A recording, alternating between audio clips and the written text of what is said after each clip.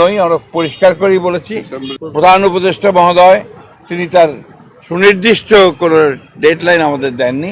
আমরা আজকে সবাই এসেছিলাম প্রধান উপদেষ্টার সঙ্গে দেখা করে তাকে আমাদের উদ্বেগের কারণগুলো, আমাদের কনসার্নগুলো আমরা জানিয়েছি।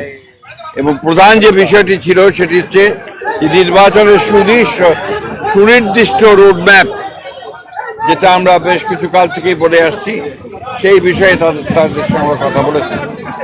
আমরা বলেছি যে বর্তমানে রাজনৈতিক যে পরিস্থিতি আছে এবং দেশের যে অবস্থা, তাতে করে আমরা বিশ্বাস করি এখানে অতি দ্রুত একটি গ্রহণযোগ্য নির্বাচনের মধ্যে দিয়ে এই সমস্যাগুলোর সমাধান করতে হবে।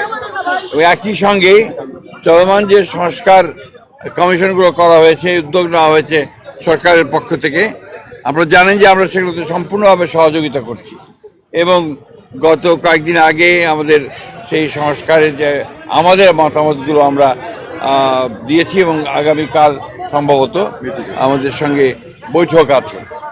আমরা খুব স্পষ্ট করে বলেছি যে যে বিষয়গুলোতে ঐকমত্য হবে সব দলগুলোর, সমস্ত দলগুলোর, সেগুলো নিয়ে আমরা একটা চার্টার করতে রাজি আছি আপনারা, এবং তারপরে সেটার উপর ভিত্তি করে আমরা বাকি নির্বাচনের দিকে চলে যেতে পারি।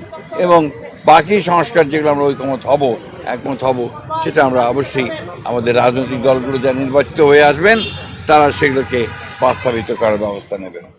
এটাই ছিল আমাদের কথার মূল কথা।